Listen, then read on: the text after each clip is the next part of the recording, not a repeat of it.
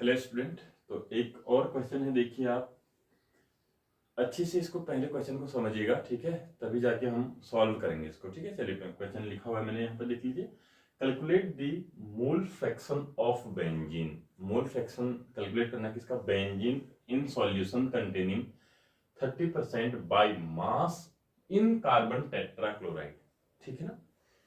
यानी देखिए पहले आपको समझना क्या है उसको आप ध्यान से देखिएगा। हमारे पास एक सॉल्यूशन है बोलता है, ठीक है, हम सॉल्यूशन पढ़ रहे हैं, तो मैंने कहा था आपसे कि बाइनरी सॉल्यूशन की हम बात करेंगे। बाइनरी सॉल्यूशन मीन्स होता है ए प्लस बी, कोई दो चीजें उसमें हमारी मिक्स होंगी, ठीक है ना, होमोजीनियस सॉल्यूशन होता है। तो इसमें देखिए कि इन कार्बन टेट्राक्लोराइड बोलता है। इन कार्बन टेट्राक्लोराइड मीन्स जो यहाँ पर आपका सॉल्वेंट होगा दैट विल बी CCl4। ठीक है, कौन डिजॉल्व है कार्बन टेट्राक्लोराइड में? वो है आपका benzene C6H6, so it will be solute. ये क्या होगा आपका? सॉल्यूट। पहले हमें केवल इतना समझना है कि सॉल्वेंट कौन होगा और सॉल्यूट कौन होगा। ठीक है, दोबारा से देख लीजिए एक बार। Calculate the mole fraction of benzene, यानी बेंजीन सॉल्यूट है, उसका मोल फ्रैक्शन हमने कैलकुलेट करना है इन सॉल्यूशन। एक सॉल्यूशन में है बेंजीन, किसमें है देखिए, containing 30% by mass in carbon tetrachloride. जो आपका पूरा सॉल्यूशन है बच्चों, इसमें जो बेंजीन है इसका परसेंटेज कितना है बताइए?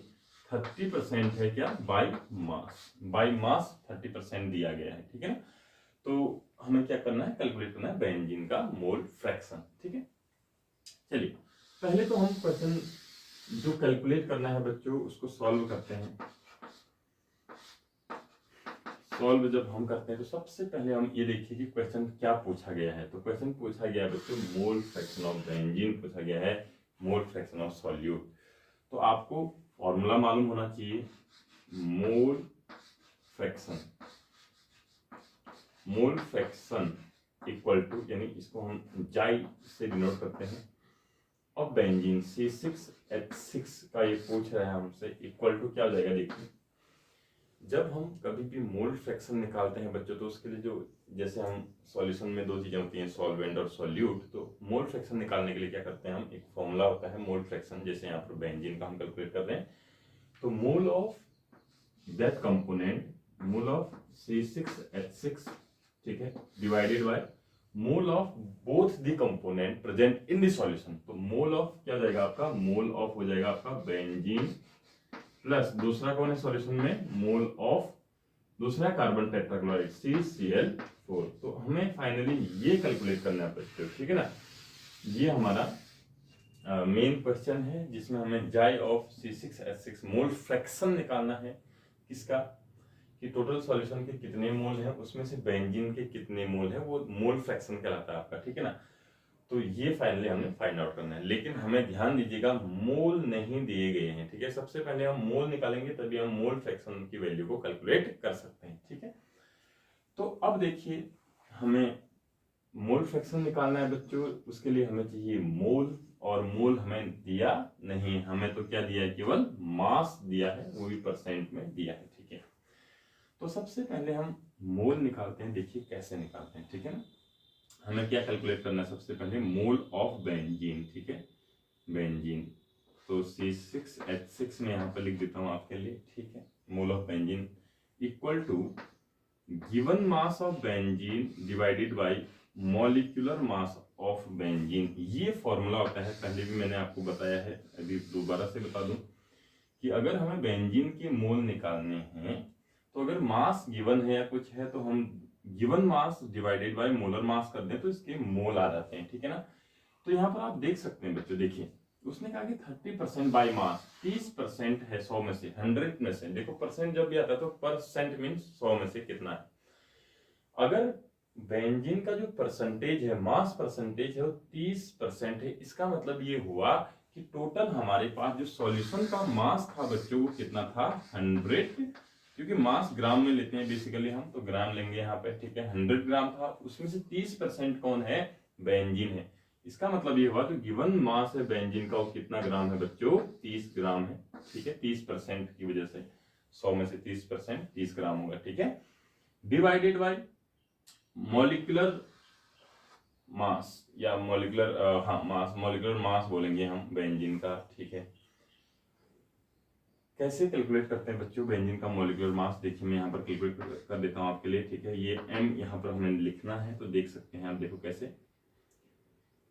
कार्बन का मास होता है 12 इंटू कार्बन कितने हैं 6 प्लस हाइड्रोजन का मास हम लेते हैं 1 इंटू कितने हैं 6 इक्वल टू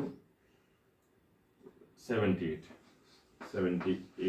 ठीक है। तो ध्यान दीजिएगा यहाँ पर जो आपका बेंजीन का जो मास आ रहा है, मॉलिक्यूलर मास आ रहा है बच्चों, कितना आ रहा है 78 ग्राम, ठीक है।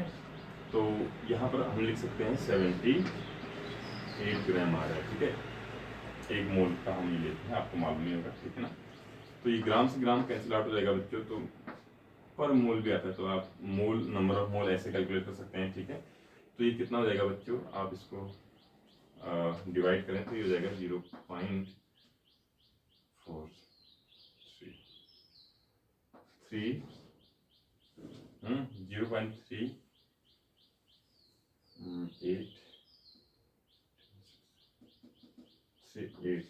ठीक है, 385 के आसपास हो जाएगा ये, ठीक है ना। तो इतने मोल आ रहे हैं बच्चों, ये मोल किसके हैं? ये हैं आपके बेंजीन के मोल, ठीक है। आप इसको कैलकुलेट करके देख लीजिएगा, इतना ही आंसर आएगा आपका। ये तो है बेंजीन के मोल, ठीक है।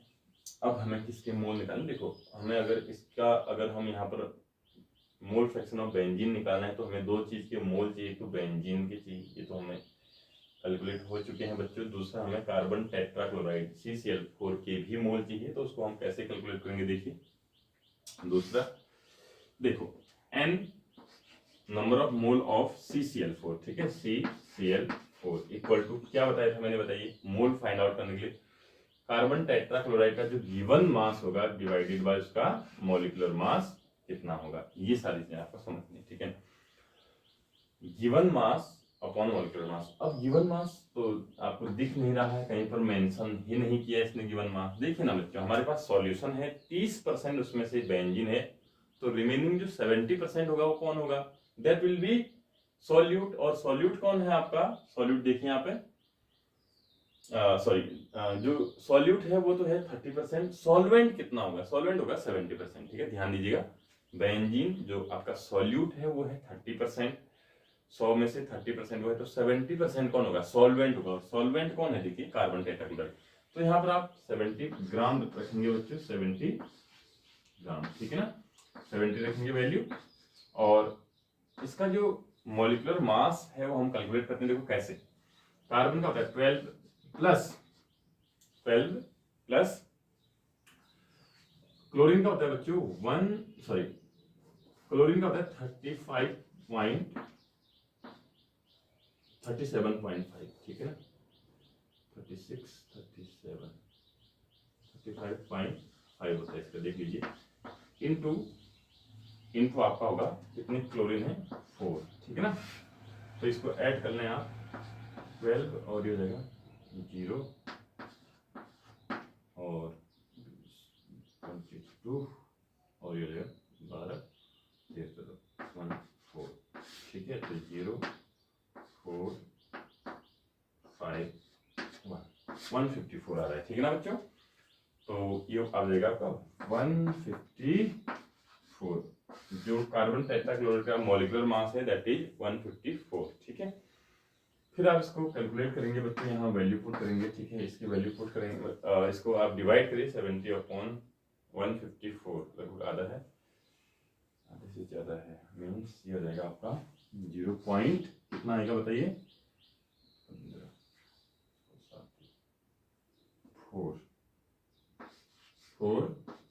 454, देख लीजिएगा, इस लगभग इतना आएगा 454 के आसपास आपका आंसर होगा बच्चों, ठीक है। अब हमारे पास मोल आ गए हैं किसके, देखिए यहाँ पर हमने मोल ऑफ बेंजीन कैलकुलेट कर लिया बच्चों, इतना आ रहा है।